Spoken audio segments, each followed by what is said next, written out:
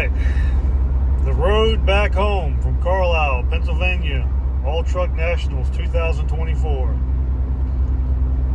We left at 12:14. Should have been home by 6:15, 6:30, something like that. We left probably about 30 minutes out. We got pulled over by a cop. He said we were close to running a red light, which maybe we were. I say we, but the driver ahead of me in the pulling the trailer. But he was very nice, the cop. He let us go, told us to be safe, and he said as long as the tags and all that good stuff, license, checkout, nobody's wanted for anything, and he let us go, no problem. So we get going, and the driver up front says, "Oh, by the way, excuse the glare, because I think I've killed some bats and definitely some big moths. Not moths, like an old lady, but moths. You know, like the two youths. Anyway, let me see, where was I? Yeah. So we're taking all these little back roads to stay off the interstate. I mean, these roads are straight up back roads through Pennsylvania, Maryland, into Virginia. And we went through a little tunnel. I mean, it was very close. It was like not dramatic or nothing like that, but it was pretty close. It was one-way tunnel. Pretty small for this trailer. But anyway, and that was like literally nowhere to pull over. But then all of a sudden, he says that he felt like a weird noise. And like a weird feeling, and I was like, is it the trailer, truck? He didn't know. So we pulled over inside the road, and somehow or another the straps came loose from the truck inside the trailer. So we got that straight and thinking, all right, maybe the truck shifted. You could just feel it like, pop, if it popped the strap went up. But anyway, he says now he's hearing grinding. So we're creeping down the road, and we find this. We are in the middle of nowhere near Leesburg. And this, like, we're straight up, literally middle of nowhere. And we see this big open space, this big building. I don't know what it was or is. And we pull in. It says no trespassing. But we had no choice. We went in there anyway. And come to find out, the center bearing, carrier bearing, and on the dry shaft came completely apart. So, making phone call after phone call, we finally found a place that had one in stock. It was about 30 minutes away, so we had to leave the truck and trailer on this property, hop into my truck, head there and get it. Got it, and it was a Napa in the middle of nowhere, and they had everything but a maul and a chisel. So they did have some type of chisels, but it wasn't like a chisel's a chisel, but it was junk, Chinese metal. They broke apart, but they got the job done. So we get back to the property in the truck, get the truck back together, and it took about 4 hours to do that. So it's approaching midnight, and we've pretty much been on the road for 12 hours. And things work out weird, because like, of all the places, people don't believe this stuff. I mean, I do. I'm not turning things into a lecture or anything like that. But like, there's always kind of like a silver lining. Like, for example, where we were, there was nowhere to pull off to the side of the road. Like, it would have been like a traffic jam. We would have caused like hours of traffic till someone, a cop would have showed up, which in turn would have probably called some tow truck, which would try to pull us off to somewhere, wherever, whatever. But you're still talking hours of jamming people up on like one-way roads.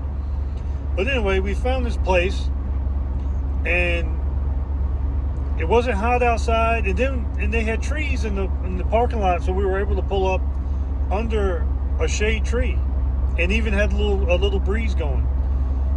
And then here comes this older guy, Joe May is his name, and he owned the property we were on, and we were thinking, oh boy, you know, he's gonna say, didn't you see the signs? But he's kind of laughing a little bit and like, you know, hey, people stopping there all the time, this and that. And, you know, we were very appreciative and whatnot and thanked him. But he walked up, he was wearing a Jim Belushi for President t-shirt. So I thought, this guy he's probably okay. And he was. He ended up trying to give us a ride. He had a couple of tools we could use. And he was totally okay with us being there, which relieved me. And so, like I said, we get the part on, and then we get things together. It's funny because, like I said, going to the show, something I've always wanted to do. We got there, no problems. And like that center bearing basically had 8 hours of life left on it from wherever you were going. So it could have, I don't know, I believe in you know, whether it don't matter what you believe in, God, whatever, you know, I'm not here to push anything on anyone. I'm not like I am not a saint. If you knew what went through my brain, yeah, you would say like, what the hell is this guy talking about God? But you know, it's funny. See, I had such a great weekend. I mean, an awesome weekend. I mean, it was almost like a dream. It was almost like surreal. Like, I can't believe this truck I've had has been in pieces for like, it had been in pieces for years. And it was like, you know, as they say, life happens and you don't know what you're going to do. And next thing you know, you're thinking, well, you know what? This thing will never get back together. It'll never see the road again. And all of a sudden things pick up, you know, truck's back together, all that good stuff. Been back together for years now. And, you know, some things have been happening to where I'm able to do more. So I applied or registered to have it into the indoor show in Carlisle, which is a big show. Got accepted. Couldn't believe it. And, you know, a friend of mine, you know, he said he offered to tow my trailer so I could drive my other truck and put that into like the little group show on the outside, hanging out with people. But, I mean, everything worked out perfect. Even the breakdown worked out perfect because it was like we were just out of the way. Even though it was the middle of nowhere and kind of scary, it was still, you know, it was like, I don't know, it's just crazy. It's just weird to think how things work like that. And it was like, okay, basically when you get too high up on yourself and you're thinking like kind of nothing can go wrong, and you're just thinking, all right, you know, I've made it and this is just great. Things happen to kick you down a little bit, to put you in your place, to make you realize that it can all be taken away at any moment. Because, you know, we're driving down the street. I was like literally on a high of like, you know, things running through my mind, projects I got to do, need to get some work coming in, make some more money to do more things I want to do. And like, you know, a lot of times, again, I'm not pushing anything on anyone, but like the devil literally will do things to you to make you get pissed off. Because people I was texting and talking to, they were like, oh, I bet you're mad. Oh, you know, a beautiful weekend turned to shit. And I'm like, you know what? No, it didn't turn to shit. Because, man, this guy on this property could have said, get off my property. You've got X amount of time. I'm calling the cops, calling a tow truck, whatever. But he was totally cool with it. He even offered to give us a ride. He was even familiar with where we live. And he had tools. He gave us his phone number and said, if you need to come into this building to use the restroom or get a bottle of water, he can accommodate us. And it was like, wow, okay. And then we found a place that had the part. And, okay, it was still a bit of a drive. And we got it. And, I mean, they had two of the... I mean, it was like somebody on... It was like a novice on that show, Forged in Fire, made these chisels. I don't know. But anyway, We got it. We had a like a construction hammer. We didn't have a maul. We had a construction hammer, and we got look. We went to work on it. We even bought a set of junk tools because they didn't even have wrenches in that place that was worth of crap. But we got these tools, and it was like we got 4 U-joint strap bolts to take off. And of all things, they're 5/16, which is really small head for something that you're going to have to put like quite a bit of torque on to move. We got 2 off, 1 off on each strap, and then 2 on each strap started to strip. So what did we do? We mushroomed the head of it, of each of the ones that were messed up, and then beat the wrench on it and got them off that way. And then we didn't have a drain pan, obviously, for some of the transmission fluid. So what we did was we took a cardboard box and a plastic bag and just made a liner in it and tried to catch what we could, and that worked out perfect. And poured it back in with a old coffee cup.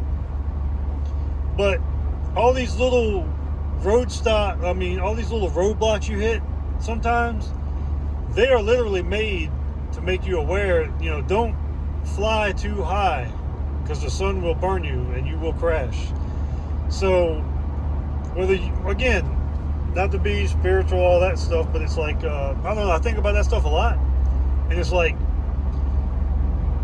I don't know, you really couldn't ask for a more perfect place. I mean, I was thinking, please let us find a big place, big enough to get this trailer into where we're not holding people up and it's not dangerous. And lo and behold, here's this giant empty parking lot. I mean, in the middle of nowhere. I mean, it was wild.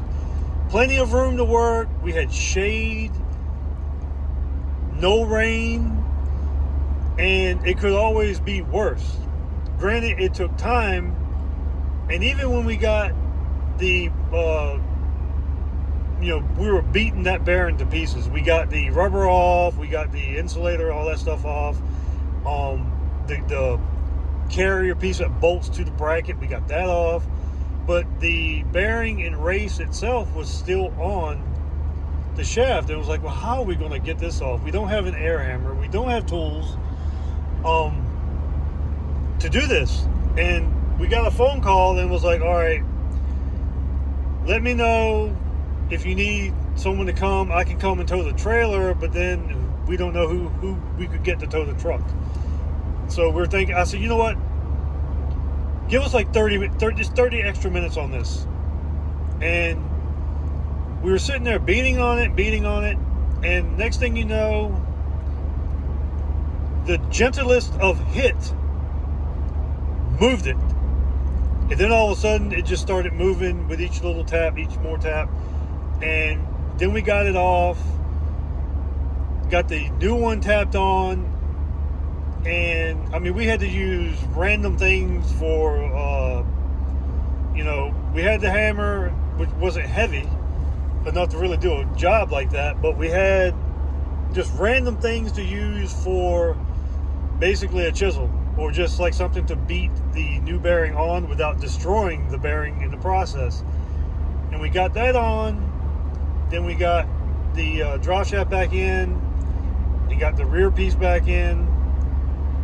And got back on the road, and we've been rolling ever since. But I just think about that stuff a lot. Like, sometimes in the worst situations, things are provided if you see them to use. And it's also a learning moment. But it was crazy because, like I said, to kind of recap, you got pulled over. And then the truck I'm driving, all of a sudden the AC went out in it. It's got a brand new AC system in it. But I guess I figured out the factory pigtail, it probably fits on it a little sloppy. The old one had a bad connection, so I'm thinking it just kind of elongated the connector. But that's a simple fix. It's working now. But it was like, it kept piling on, it seemed like, oh my God. Then I got in the trailer, And the truck that I took to the show, I've got brand new A-arms on it, upper A-arms, bushings, all that stuff. Because the old ones were 30 years old and were squeaking. And I didn't want to be squeaking rolling up into a show like this. Well, I put them on last November into another big show I went to. And then all of a sudden, I put the straps back on the truck and I hear squeaking. And I don't know if they just haven't been used enough or whatever, but they're squeaking too. So it was like the truck messing up, middle of nowhere, about 4 hours away from home, no help coming, nobody kind of offering to help, and but that is what it is. But the truck doing that, unsure of what we're going to do for that, and then you thinking, man, why is these things squeaking again? They're brand new. And then the AC goes out. It's like, what? But things like that are designed to happen to put you in your place and make you realize that, maybe sometimes you're just getting ahead of yourself, and you got to kind of pull yourself back a little bit. Because if it was meant to be a total catastrophe, so many other things could have gone wrong in so many different areas. But I'm very thankful the guy that's pulling me, not in that way, come on now, don't get your mind out together. But anyway, it just could have been so much worse. And like I said, you couldn't have asked for a more beautiful place to work on a broke down vehicle. And kind of repeat myself a little bit, but everything just worked out great, even though we are about 4.5 hours behind our schedule. And I don't know, just happy to be heading home, happy to be closer to home than I was 4.5 hours ago. But the show in Carlisle, man, that was beautiful. That was a dream come true. And I'll always go back as much as I can, but as far as putting my truck in that kind of exhibition, it might not get accepted because it was accepted this year, and of course they try to do different things every year. But man, what a time. And it was like, I'm serious, the devil does stuff like that. Evil, all that stuff. It's like, let me throw a little wrench into your plans to make you say screw everything and just, forget the good time you had. It's kind of like that movie Caddyshack, when the preacher, the priest or whatever, he's out there playing golf, and it starts raining, and he's having the best game of his life. And then, I think on the last hole, he hits it, and he misses or something like that. And he starts, looking up to the sky, screaming, and just, then lightning hits him. It's kind of like, man, you better be thankful for what you have and what you're doing. And a little setback is a setback, but we have the knowledge to fix what was wrong. And even though we've never done one before at all, and even the people that we called auto parts stores, naturally, auto parts stores, but they were like, nah, we have no clue about this, no clue. Even on YouTube was like, oh, you need this, you can't do it without that. But we're sitting there going, no, we have to do it without that. And we did. But I don't know, little things like that come along to make you kind of just planting a seed of doubt, to just make you upset, make you pissed off, and just think, oh, the world's out to get me. But it's really not. It's like it is a divine power that does that stuff, and I don't care what people believe, laugh at that, that's fine. But things like that do happen for a reason, and I don't know. It's just wild how that works. Everything is just like, okay, this bearing decides to go bad. Literally, not even a quarter mile away from this place, and there's no other place like where we stopped to work on this, because like I said, we took the back roads, and it's all single lanes, the two-way streets. There's nowhere to pull off. If you can pull off, it's grass. There's just nowhere to work. But I was like, wow, looking around thinking that's crazy to have this place. And then one of the guys at the auto parts stores, well, let me call a friend of mine at a different auto parts store, and then this person had it, and they were willing to stay a little bit later, given the situation, for us to come there and pick it up and whatnot. And like I said, the guy that owned the property, I mean, he could not have been any more generous. It's wild. But yeah, it's awesome. We're heading home. Got to get a little bit of sleep. Got some jobs to do this week. See what's going on with the squeaky situation in the 93 up here. Order me a pigtail for the Extreme here I'm driving. And take it from there. This is might be a boring video for some people. You're not really seeing much, but a vehicle going down the street and you're hearing this thing shift and upshift, downshift and upshift, going down some hills and whatnot. I mean, I think the transmission and this is on its way out, but that's another story. But yeah, and the glare on the windshield. Yeah, it's not might not be an entertaining video, but I don't know. Sometimes you just gotta get thinking, and it's like, I don't know. It's just weird, funny how things work. And there's signs all around, and it's up to you to see them and appreciate what you're seeing. And you know, I just think about how many people that this would have happened to, and they would have just freaked out or panicked because they really wouldn't have known what to do in that situation. I mean, it's not really rocket science per se, but you know, when you're on the side of the street and you got to MacGyver some things, you know, it kind of definitely makes you think, you know, a little differently about what you got to do and how you're going to pull this off, basically.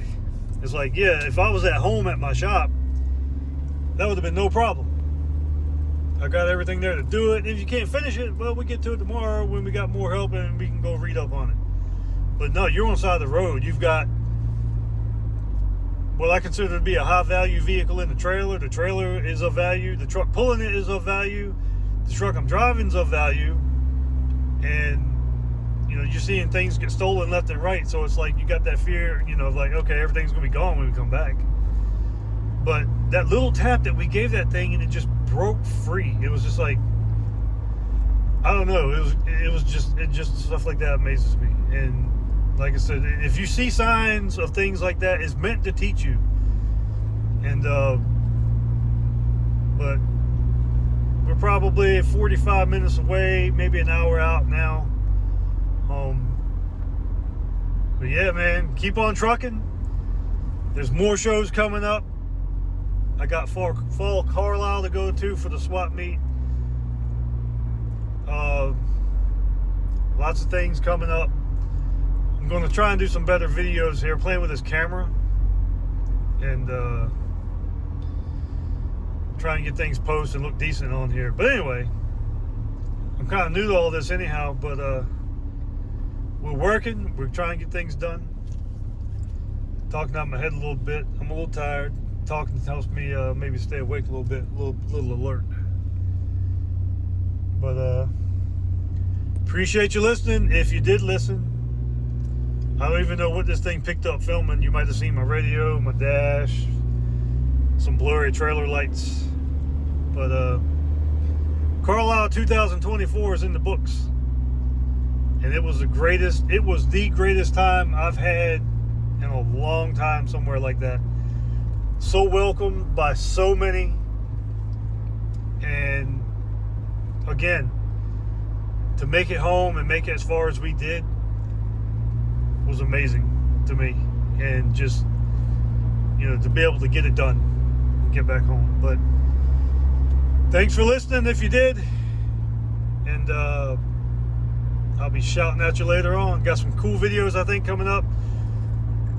Found me some more billet wheels. They arrived while I was in Carlisle. Can't wait to get home to see them. And got to get this truck cleaned back up, get some other things taken care of. But thanks for listening and watching if you have.